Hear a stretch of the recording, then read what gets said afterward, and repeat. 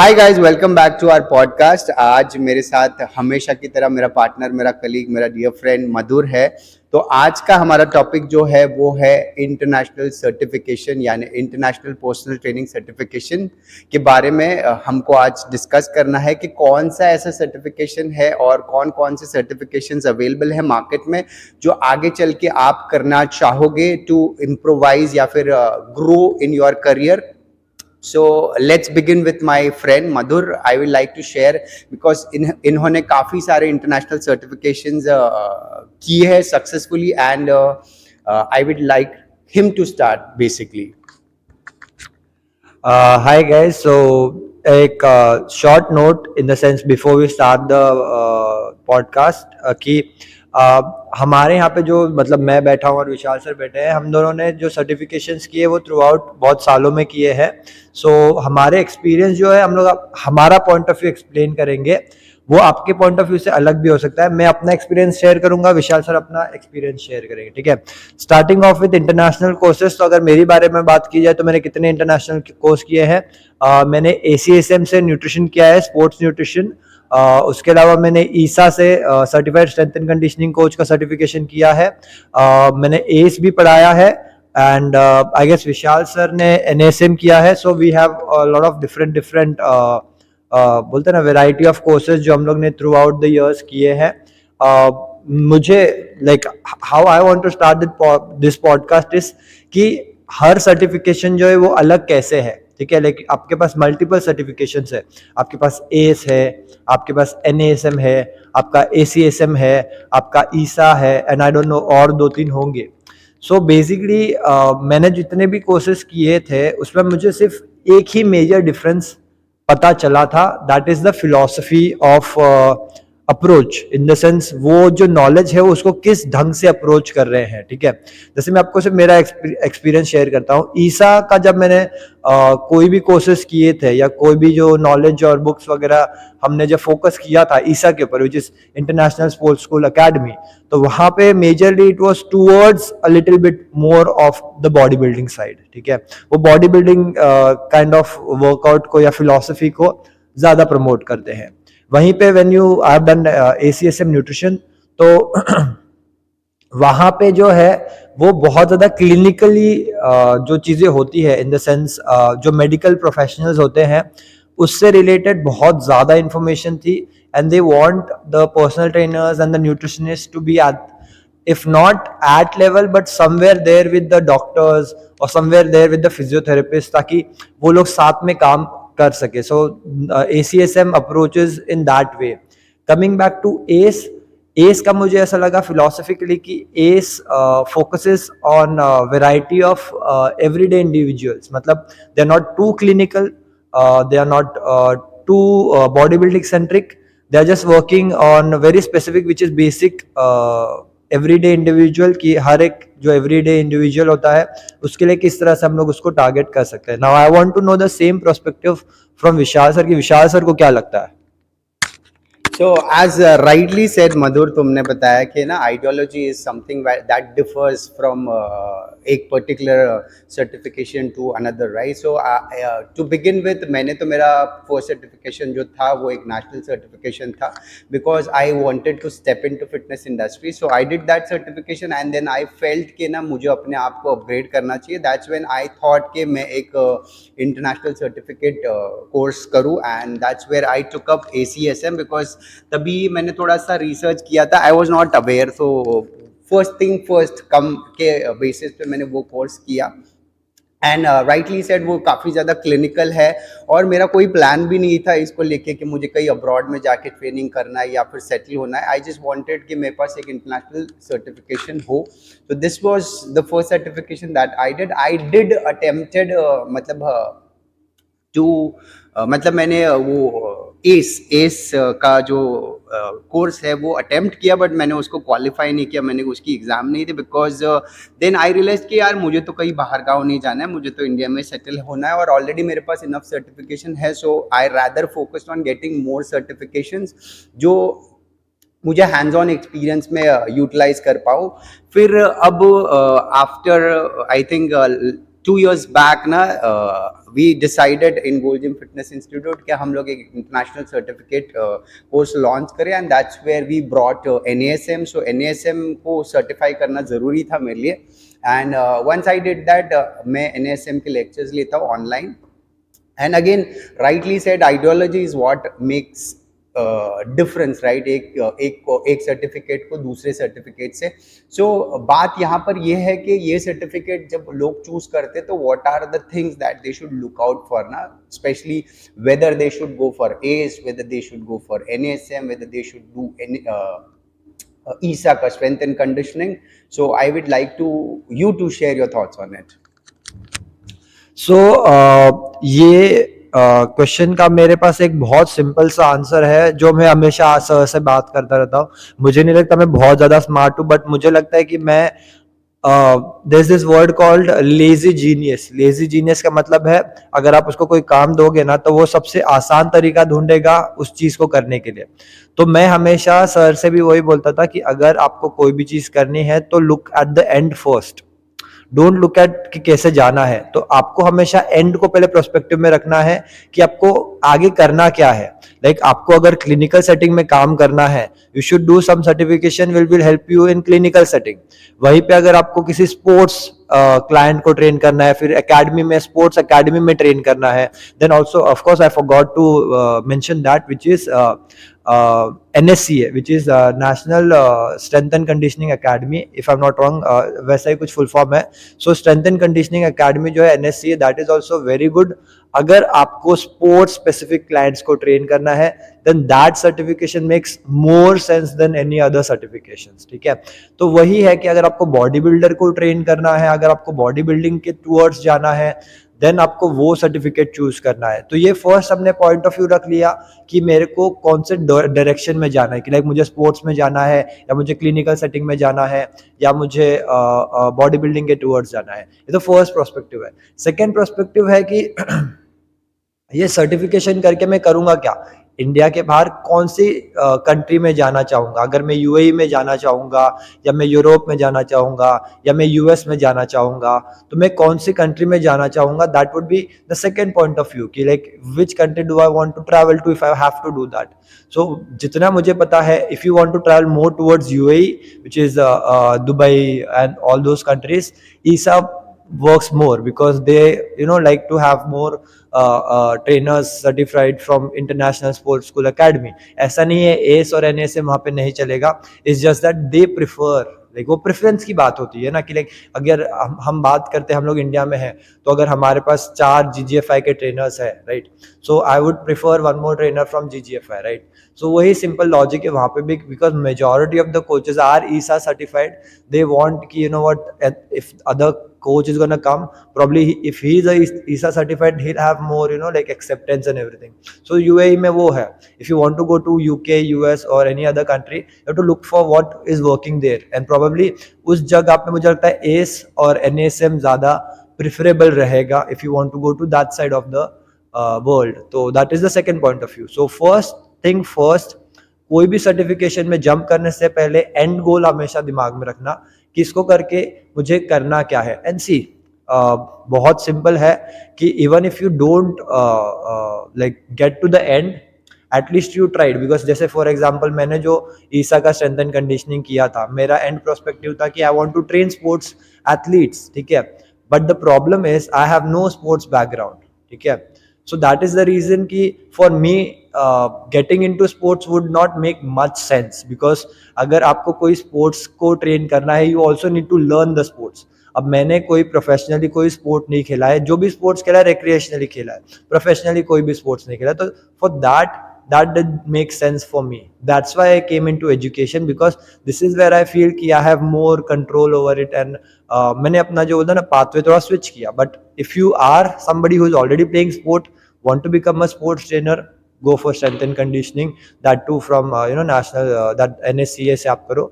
And that's the whole point of view that I have. I would like to know your point of view on this. So, Madhur, I too agree with all the points that you've covered. सबसे important होता है कि अगर आपको abroad जाना है तो you need to understand कि उस country में कौन सी certificate को validation है, right? So I cannot जैसे मैं मेरा Indian certificate लेके अगर US जाऊँगा तो मुझे वहाँ पे acceptance नहीं मिलेगा because they will prefer ACE or maybe ACSM, not maybe ACSM, right? तो ये जानना बहुत ज़रूरी है आप किस पार्ट ऑफ कंट्री या फिर वर्ल्ड जाना चाहते हो जहाँ पर वो वाला सर्टिफिकेट को वैलिडेशन है या फिर वैल्यू या फिर वेटेज कैरी करता है। तो again there is not much I want to add to this point because I want us to be covering more points. तो मेरा नेक्स्ट पॉइंट ये है कि पोटेंशियली तुमको क्या लगता है कि है ना कितना टाइम फ्रेम या फिर कितना टाइम चाहिए for one two study and successfully get certified? इस पे मेरा बहुत एक सिंपल पॉइंट ऑफ व्यू है कि अगर आपको कोई इंटरनेशनल सर्टिफिकेशन करना है so first do a like normal certification कोई भी जो हमारे पास है इंडिया में है, क्योंकि अगर आप बिकॉज सी मैंने जितना भी रीड किया है जितना भी पढ़ा है वहाँ पे the kind of knowledge and the kind of language they use वो सिंपली पुट डिफिकल्ट है। I would not deny to the fact that वो बहुत आसान है because that would be wrong. मतलब हम बोल नहीं सकते because see at the end of the day we have to also be honest. आप बोल सकते like everybody can do that, of course everybody can do that, but it is how you do it right कि आप कितना time डालना चाहते हो। Because अगर आप देखने जाओगे आप और मैं अगर कोई इंटरनेशनल सर्टिफिकेशन करना चाहेंगे probably will crack it with in a month और टू, बट किसी के लिए शायद एक साल भी इनफ ना हो, है ना। So it's I don't think so कि there is any what do you call length of कितना टाइम लगेगा आपको। बट मेरा पर्सनल ओपिनियन ये रहेगा कि पहले आप कोई डोमेस्टिक कोर्स करो लाइक GGFI और any other course. GGFI I feel is very good because you know what GGFI से अगर आप करते हो we also provide the international courses, so if you do a course from your then you will also have a international course to move ahead. Because कैसा होता है जितना आप फ्रेशली कर लोगे ना इन द सेंस उतना ज़्यादा अच्छा है कि like you have done a domestic course और जो नॉलेज होता है because anatomy doesn't change, biomechanics doesn't change, ये आपकी जो बेसिक चीज़ें होती है वो चेंज नहीं होती चाहे आप कोई सा भी कोर्स उठा के देख लो, इंटरनेशनल हो कोई भी कोर्स हो, एनाटमी कभी चेंज नहीं होगी, बायोमैकेनिक्स कभी चेंज नहीं होगा, वो सारी चीज़ें कभी चेंज नहीं होती। तो मेरा पर्सपेक्टिव ये है कि अगर आपने कोई ऐसा कोर्स किया है अभी, ठीक है, just go and do the international course तभी के तभी, give your time at least 6 months का टाइम लो और उसको कंप्लीट कर दो।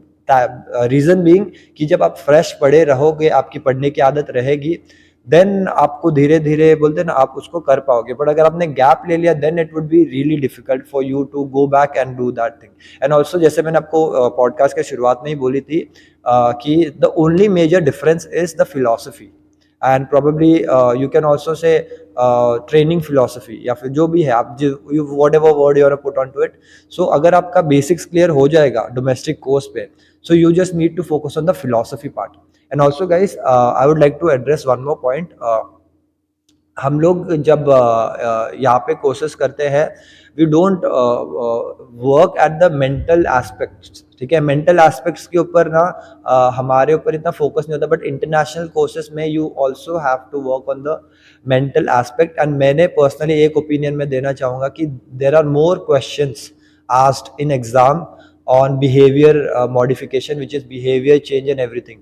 So that is one more aspect that I would like to address कि उसमें behavior modification के ऊपर बहुत focus होता है, उसके अलावा philosophy उनकी अलग होती है। These two are the major changes compared to the normal course. So you first clear the normal course and then go for the international course, and it can take you 6 months, it can take you 1 year, depending on how smart or how you are in general. So again, I too agree with the fact that ना domestic अगर base पक्का हो तो फिर उसके ऊपर building बांधना आसान है। सो बिकॉज एनाटमी, काइनेसियोलॉजी, बहुत सारे टॉपिक्स ऐसे जो अपने डोमेस्टिक कोर्सेज में ऑलरेडी कवर होते हैं। So once you have a domestic या फिर बेस स्ट्रॉन्ग तो आपको उसके ऊपर बिल्ड करना काफ़ी आसान हो जाता है। बट सबसे important cheese what I have notice ना कि बहुत बार स्टूडेंट्स जो होते हैं कि एक टाइमलाइन नहीं रखते, राइट, जो बहुत ज़्यादा इंपॉर्टेंट है। तो I will always suggest my student के the moment you register for an international course तो आप एक टाइम लाइन रखें कि मुझे अगले 6 महीने या अगले 3 महीने पे इस पर्टिकुलर डेट पे मुझे एग्ज़ाम देनी है, right. This will help you see time bound होना बहुत ज़रूरी है बिकॉज इससे आपको आपका डेडिकेशन टुवर्ड्स स्टडीज़ ज़्यादा हो जाएगा। बिकॉज मैं जब मेरे एक्सपीरियंस में मैंने नोटिस किया, out of 20 students who enrol, उसमें से एक या दो स्टूडेंट ही एग्ज़ाम दे पाता है because of the fear, right.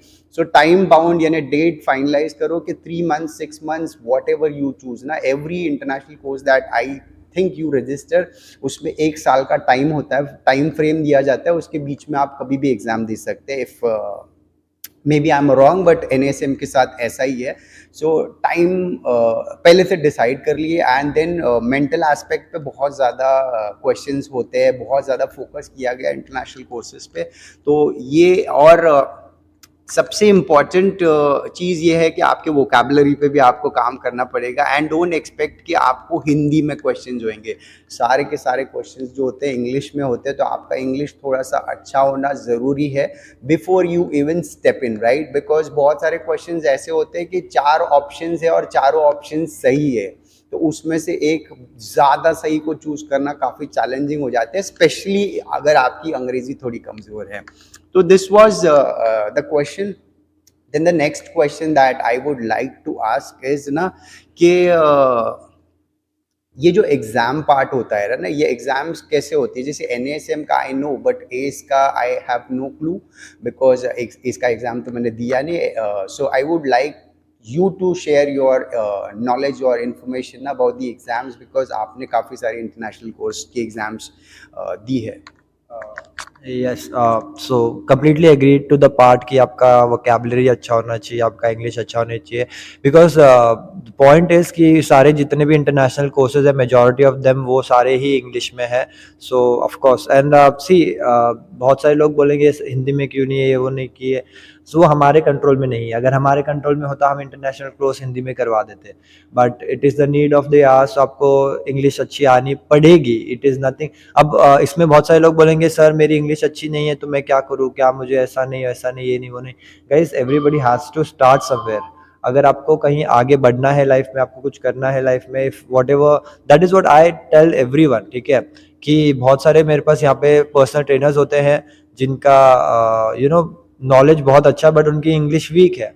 So they are like, what course should I do next? I'm like, rather than doing any course, you just work on your English, get better at English, so that आपका जब English improve हो जाएगा, which is not good, आप in general एक better personal trainer बन जाओगे, then you can enroll for an international course. Coming back to the exam part, कि like exams कैसे होते हैं, so international आप जितने भी courses करोगे उनमें हमेशा 2 points होते हैं, one is proctored and one is non proctored, ठीक है। अब नॉन प्रैक्टिकल एग्ज़ाम ऐसी होती है, ये ऑनलाइन एग्ज़ाम होती है, ओपन बुक टेस्ट होता है, और इसमें बेसिकली जितने मैंने दिए उसमें तो सब में 100 क्वेश्चंस होते हैं, but like different questions, like 100 marks का टोटल मार्क्स होता है। आई डोंट थिंक सो 100 क्वेश्चंस होंगे, बट 100 मार्क्स का पेपर होता है वो, और उसमें आपके मल्टीपल चॉइस क्वेश्चंस होते हैं, few of them, and few of them are like थोड़ा सा एक्सप्लेनिंग क्वेश्चंस कि लाइक अगर ऐसा हो जाएगा scenario based, like case study based थोड़े क्वेश्चंस होते हैं। सो आपको वो केस स्टडीज को सॉल्व करना होता है, एंड सब में ही होता है मेजॉरिटी ऑफ द टाइम, जितना मैंने देखा है। आई गेस NASM में भी है, शायद NASM में नहीं है। ओके, no, मतलब नॉन प्रैक्टिकल और प्रैक्टिकल दोनों है, राइट? या so basically I feel all international courses have practical and non practical. So जो नॉन प्रैक्टिकल होता है उसका ऑनलाइन एग्जाम होता है, आपको अपने घर से देना होता है या फिर आपके कंफर्ट पे देना होता है, एंड जो नॉन प्रैक्टिकल होता है वहाँ पे आपको जाके इन जनरल जो भी आपका सेंटर होगा वहाँ पे जाके आपको एग्जाम देना पड़ता है। सो मेरा पर्सनल ओपिनियन ये है कि before you jump on to non practical, you should first give the practical exam, ठीक है। And again coming back to the same point as sir lightly mention, and मैंने जो शुरुआत में ही बोला था, डू द स्मार्ट वर्क, ठीक है। ये पता करने की जगह कि क्वेश्चन का आंसर क्या होगा, फर्स्ट अंडरस्टैंड कि क्वेश्चन क्या होगा। If you already know the question, it is always better to answer those questions, right. So मैं हमेशा सब लोगों को वही बोलता हूँ कि पहले क्वेश्चन जान लो ताकि आंसर आपको पता करना आसान रहे। सो प्रैक्टिस टेस्ट आप जितने दोगे उतना ज़्यादा आपके लिए अच्छा रहेगा, जितने आप प्रैक्टिस टेस्ट दे पाओ आप दो। उसके अलावा if you are really really hard working and smart, मैंने तो पर्सनली ये चीज़ की थी कि जितने भी प्रैक्टिस टेस्ट के क्वेश्चंस है ना, आपको जब जब उसके आंसर आप रॉन्ग कर रहे हो, you make a copy of it. You should have like a PDF of almost like 100 200 pages of like only questions, only right answers. So rather than learning the whole book, you'll only read all those questions, all those answers. So मेरे को आप लोग बोले कि sir ये आप तो question bank, तो ऑफ कोर्स क्वेश्चन बैंक है, अगर आपको मैं 900 क्वेश्चन दे रहा हूँ उसमें से 100 क्वेश्चन आएंगे, so I don't think so there is something bad about it, right? Because वो लोग भी नए क्वेश्चन थोड़ी बनाएंगे हर बार. So that is what I would feel कि do the smart work. If you are giving any practice test, आप practice test देने के बाद जो भी आपने questions के answers mark किए, copy the whole question, copy the whole 4 pointers, and also paste it somewhere in a PDF, and then you eventually you can go back and read on them. है ना? That is much more easier than just going out there and thinking वहाँ पे जाके कि अरे इस सवाल का जवाब क्या होगा, because वहाँ पे see that is when you are thinking कि इस सवाल का जवाब क्या होगा at that time. But if you have already read the question, अगर आपने already question को read करा है, then you will understand question better. Here the point is not that कि मुझे already answer पता है, the point is कि you will understand the question much better compared to somebody जिसने वो question ही कभी read नहीं किया. So that is my point of view कि अगर मुझे आज के दिन कोई बैठ के एग्जाम देनी होगी, मैं सबसे पहले देखूंगा क्वेश्चंस कौन से आ सकते हैं, वो सारे क्वेश्चंस में जितना ज़्यादा हो सके वो बैंक क्रिएट करने की कोशिश करूंगा, एंड देन उनको फिर मैं अपने पास एक सेव करूंगा, और I will just work on those things which will be much easier for you to clear the exam. Of course, मैंने मेरे साथ when I wanted to clear my NSM exam and even ACSM ना, what mostly I worked on was on a question bank, right? जितना जितना time मिला मुझे, जब जब टाइम मिला मैंने प्रैक्टिस एग्जाम्स को attempt करता रहा, right? And this helped me become so familiar with the questions, right? क्योंकि see, of course questions may be different, but ना philosophy will never change, right? question अलग होगा but philosophy वो होएगा, तो आपको उनका ideology समझ में आएगा ना कि वो किस तरह का आंसर चाहते हैं, right?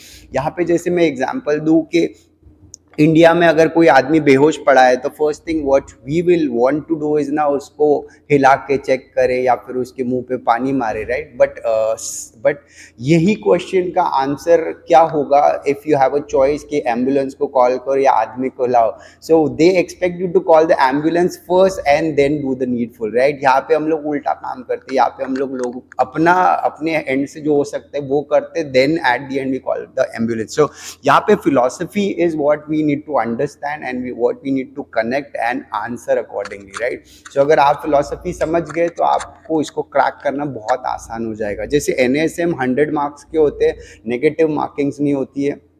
100 में से 70 मार्क्स आपको लाने हैं, 30 मार्क्स ऑलमोस्ट हर चैप्टर को सर्टन वेटेज होता है, उसके अकॉर्डिंगली क्वेश्चंस पूछे जाते हैं. बहुत सारे क्वेश्चंस मेंटल एस्पेक्ट पे होते हैं, बहुत सारे क्वेश्चंस बहुत सिंपल होते हैं, बहुत सारे क्वेश्चंस बहुत ट्रिकी होते हैं. So one thing you need to do is ना, आप जब भी एग्जाम दो तो कोशिश करो कि जितना आपको आता है उसको पहले अटेम्प्ट कर लो, right? Don't spend time thinking on questions where you are confused, right? आप बस आगे बढ़ते रहो, right? You see if you have 100 questions to answer, पहले जो आ रहा है उसको टिक करके आगे बढ़ते जाओ, और then you can look back, right? जहाँ पे आपको थोड़ा भी कंफ्यूजन हो उस क्वेश्चन को छोड़ के आगे वाले क्वेश्चन को अटेम्प्ट करो. That's what I suggest everyone, that's what I did. कि एंड में मेरे पास बहुत टाइम बचा होता है टू थिंक ना कि मैं क्या आंसर दे सकता हूँ, राइट? बिकॉज कुछ क्वेश्चंस बहुत ज़्यादा ट्रिकी होते हैं. So this was the exam part. अब बात करते हैं कि ये जो सर्टिफिकेट है, राइट, इसकी वैलिडिटी क्या होती है ना? जैसे NSM का वैलिडिटी वाज 2 years, ACSM का when I did it was 2 years. I don't know with Isa and other certifications that you have done. So I personally believe, I can be wrong, but majority of the courses का 2 years ही होता है. And मैं तो generally लोगों को मैंने अब आई see guys, यहाँ पे I am a lecturer but I am also human being, and मेरा खुद का पॉइंट ऑफ व्यू और पर्सपेक्टिव होता है. सो मेरा पर्सनल ओपिनियन ये हमेशा से रहा है कि when ever my certification expires, I don't renew that certificate. I just do a new certificate from a different academy so that I understand कि ये क्या बताना चाह रहा है. In the sense, supposedly मेरा ईसा का जो सर्टिफिकेशन है वो इस साल एक्सपायर हो चुका है, राइट? अभी वो 2024 में एक्सपायर होने वाला था, आई गेस सो, वो एक्सपायर हो चुका है. So rather than me renewing that certification, मैं ट्राई करूंगा कि कोई और इंटरनेशनल सर्टिफिकेशन कर लूँ, बिकॉज ऑलमोस्ट उतना ही पड़ता है, थोड़ा बहुत 19-20 का फर्क पड़ेगा, and that is it. That is what I think. कि validity majority of the time 2 years होता है, and of course after 2 years you have to renew it. You have to give the exam and you can renew the certification, and that is the point of view. But also rightly sir, आपने जो sir वो जो ambulance वाला example दिया ना, वहाँ पे मेरे को एक बहुत इंपॉर्टेंट पॉइंट ऑफ व्यू में आपको सबको बताना चाहूँगा गाइस, कि जैसे हम लोग बात करें इंटरनेशनल कोर्सेज की, तो there is also huge cultural difference. Cultural difference का मतलब है कि जो चीज़ें इंडिया में होती है वो शायद यूएस यूके या कहीं और एक्सेप्टेबल ना हो, and they don't expect you to answer based on what you think. आपको उनके हिसाब से आंसर करना पड़ेगा. जैसे आपने बोला कि you have to call the ambulance. अब इंडिया में majority of the time we don't see AED, right. हमारे पास सीपीआर का सर्टिफिकेशन होता है, वी आर हेल्पिंग सीपीआर आपको ऐसे ऐसे करना है, ये करना है, वो करना है, but we don't have AEDs. But वहाँ पे in other countries you have AEDs available, and also वहाँ पे एम्बुलेंस कम. हमारे यहाँ पे एम्बुलेंस को आने में बहुत समय लगता है. So there is also huge cultural difference between India and abroad, because वहाँ पे जो है उनका लाइफस्टाइल कंप्लीटली अलग है. अब ऑफ कोर्स इंडिया में रह के किसी को लग रहा होगा कि अरे यार एम्बुलेंस बुलाऊंगा तब तक तो मैं पहुंच जाऊंगा, बट वहाँ पे ऐसा नहीं है. वहाँ पे अगर आप एम्बुलेंस बुलाओगे तो एम्बुलेंस आएगी, and that will be really fast, because वहाँ पे पॉपुलेशन का और बहुत सारे कल्चरल डिफरेंसेस बहुत ज़्यादा है. तो मैं आपको वापस वही चीज़ बताना चाहूँगा गाइस, कि when you do an international course, हमको इंडिया का पर्सपेक्टिव जो है वो छोड़कर हमको देखना है कि वो क्या समझाना चाह रहे, वो क्या सिखाना चाह रहे, बिकॉज वो जो है वो गोल्ड स्टैंडर्ड है. इन द सेंस उन लोगों ने स्टैंडर्डाइज किया है कि ये ही चीज़ होनी चाहिए ऐसे. So that is my point of view. And या सो वैलिडिटी क्या सर ने पूछा, तो I guess it's 2 years, and after 2 years you can renew, और यू कैन, मैंने जो आपको पॉइंट ऑफ व्यू दिया वो भी आप कर सकते हो कि you can do a new certification which is more interesting और मोर इंट्रीगिंग. सो या. So as rightly said ना, but 2 years के बाद you have a choice. या जैसे तुमने अच्छा ओपिनियन दिया ना, एंड एक अच्छा idea they in fact for me कि ना, instead of doing the same certification why not do something else, right? Because ultimately gained, and I do see that ना हर सर्टिफिकेशन अपने जो कंटेंट को अपग्रेड करते हैं. I think maybe in a year or a 2 years time, I'm not sure exactly, but they will want to upgrade. But I will rather prefer doing another course na, learning from a different ideology ना, जो इस particular and certification से मैं already gain कर चुका हूँ. So I guess this was enough for this particular topic. From my side, if you have any questions from your side, you can of course go ahead. Yes, मेरे पास सिर्फ आपके लिए एक क्वेश्चन है, because see there is only one thing that is missing from my side which you have, which is NASM, right? तो we also promote NASM and GGFI, right? So what do you think is NASM, how different it is और how good it is in terms of other certification? मुझे जितना मेरा point of view मैंने जो समझा है, not from the inside but from the outside, because I don't take NASM batches or I don't have done the NASM का class. So मैं सिर्फ आपका point of view जानना चाहूँगा, and also मेरे को जितना पता चला है बाहर से, वो ये है कि NASM is like a middle ground, in the sense this could be acceptable at majority of the places, है ना? So it's like a safe kind of certification की, लाइक अगर आपको यूरोप जाना है तो आप NASM लेके यूरोप भी जा सकते हो, आपको US जाना है तो US भी जा सकते हो, आपको UAE जाना है तो UAE भी जा सकते हो. तो that is what I have heard about NASM. So I want to know your point of view कि NASM, how NASM is different compare to other certifications. So अगर डिफरेंस की बात करें तो मैं मेरा पर्सनल एक्सपीरियंस से बात करूँ, so when I took up ACSM, तभी मैं बहुत ज़्यादा नया था, right? So it was little too difficult for me, but at some point of time, middle of my career, I thought of doing ACE, right? जहाँ पे मैंने कोशिश की, उसका ट्यूशन्स था वो पूरा अटेंड किया, बट देन आई रियलाइज कि मैं बहुत ज़्यादा एंगेज था विद अदर थिंग्स. जैसे मेरे पे बहुत ज़्यादा वर्क प्रेशर था, right? Because I used to work in management. So gym managements handle करना और उसके साथ साथ इंटरनेशनल सर्टिफिकेशन कोर्स करना थोड़ा सा अनबैलेंस था मेरे लिए. मैं बहुत ज़्यादा टाइम डेडिकेट नहीं कर पा रहा था, जिसकी वजह से मेरे को वो फियर डेवलप हुआ कि मैं ये कोर्स कर तो रहा हूँ बट मैं इसकी एग्ज़ाम शायद ही दे पाऊँगा. एंड वैसे ही बिल्कुल हुआ, मैं उसकी एग्ज़ाम नहीं दे पाया. और जितना मैंने उसकी प्रैक्टिस एग्ज़ाम्स दी तो I found it really tough, right? बहुत टेक्निकल है, बहुत ज़्यादा अच्छी Angrezi is what is needed. And then fortunately got into teaching, right, जहाँ पे मुझे अगर किसी को पढ़ाना है तो मुझे उस चीज़ की सर्टिफिकेट होना बहुत ज़रूरी है. That's where we thought.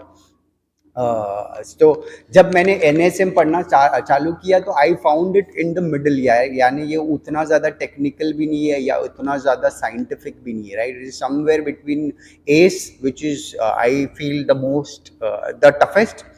उसके बाद ACSM थोड़ा सा टफ ही बोल सकते हैं, ठीक है, बट उससे थोड़ा सा लो ग्रेड में अगर बात करूँ तो NASM है, थोड़ा सा आसान है और काफ़ी ऑर्गेनाइज्ड है. उसका वेबसाइट अच्छा है, उसका कंटेंट अच्छा है, ठीक है, कंटेंट वाइज सब अच्छे है, ठीक है. आई कैन नॉट से इसका कंटेंट उससे बेटर है. कंटेंट वाइज सब लोग इक्विप्ड है ना, everything that's there. It's all about the ease, right, कि देखो मुझे पता है कि मेरी कैपेसिटी क्या है, वो हिसाब से अगर मैं सिलेक्ट करूँ तो I may be able to get through quite easily, right. जैसे हमारे पास स्टूडेंट्स है, जैसे मैं अभी मेरा पर्सनल एक्सपीरियंस बताता हूँ. One of the student who joined our APT course as well as NASM, right. So ये बच्चा जो है ये पैरेलली दोनों कोर्स कर रहा है, तो आई सी अ लॉट ऑफ स्ट्रगल जब वो APT कोर्स में होता है, राइट. यानी APT कोर्स में ही उसको इतना ज़्यादा डिफिकल्टी एंड पैरेलली वो NASM कर रहा है, तो आई डाउट वो APT नहीं कर पाएगा तो NASM तो आउट ऑफ द बॉक्स हो जाएगा यार, आउट ऑफ क्वेश्चन हो जाएगा. सो NASM कंपेरेटिवली ईजी है for student point of. Ideology is different. Questions या एग्जाम पॉइंट ऑफ व्यू से बात करो तो क्वेश्चंस काफ़ी इजी होते हैं, right. 80% of the questions are very easy, 20% are थोड़ा सा डिफिकल्ट. ह्यूमन एस्पेक्ट या फिर साइकोलॉजिकल एस्पेक्ट पे भी उनको क्वेश्चंस है, बट देन इतने ज़्यादा मुश्किल नहीं है. Personally what I feel when I compare it straight with S, right, because S की जो एग्जाम्स होती है 150 मार्क्स के क्वेश्चन, 150 क्वेश्चंस होते हैं और उसकी I think it is 850 marks की एग्ज़ाम होती है. सो एंड उसमें जो क्वेश्चंस होते हैं काफ़ी टफ होते हैं, बिकॉज उसकी प्रैक्टिस एग्जाम्स मैंने दी थी तो बहुत ज़्यादा कन्फ्यूजन फील हो रहा था कि क्या आंसर दो, राइट. तो ये जो है उसके कंपैरिजन में काफ़ी इजी है. And most of the students who attended the course, right, have cleared the exam. सबसे इम्पोर्टेंट ये है कि कोर्स अटेंड करने के बाद एग्जाम क्लियर करना. सो ये भी काफ़ी आसानी से कर पा रहे, बिकॉज यहाँ पे दे हैव क्वेश्चन बैंक्स. सबसे इम्पोर्टेंट क्या है कि हर चैप्टर के बाद उन्होंने क्वेश्चन बैंक बनाने की रखी है. उन्होंने प्रैक्टिस पूरी 100 मार्क्स की एग्जाम भी रेडी करके रखी है ना. So if you want to go attempt a 100 mark question exams तो वो भी अवेलेबल है ना. सो ये हैव मतलब पास करने के लिए उन्होंने सारी चीज़ें आपको अवेलेबल कर दी है. It's only your efforts, your dedication that's needed. अगर आप डेडिकेटेडली पढ़ाई करते हो तो आपको ये NASM को क्लियर करना is like cup of tea, right. जैसे one of my student on the last day of course, मतलब स्टडी, यानी लास्ट लेक्चर को मैंने पूछा, मैंने मेरे स्टूडेंट्स को एक टाइमलाइन दी कि आप 1 महीने का टाइम लो at least to study and then give the exam. But surprisingly the next day one of the student call me कि मुझे कल एग्जाम देना है. एंड आई वाज शॉक्ड कि भाई इजंट इट टू अर्ली. तो बोलता है सर डोंट वरी मैं दे दूंगा. And because he could do that because every chapter जब होता था तब मैं प्रैक्टिस टेस्ट लेता था, right. And I use to act as a student, right, क्योंकि मैं अपने आप भले मैं पढ़ा दूँ, ठीक है, बट एग्जाम्स की बात आ गई तो I may not be able to score 100%, right. Because students कभी कभी एक्सपेक्ट कर लेते कि सर को तो सारे जवाब आने चाहिए, तो ऐसा नहीं है. So we used to solve those questions as a team, right. बहुत बार मेरे आंसर्स भी गलत हो जाते थे, उनके आंसर्स गलत हो जाते थे, but ultimately we were understanding the ideology कि कैसे आंसर करना चाहिए.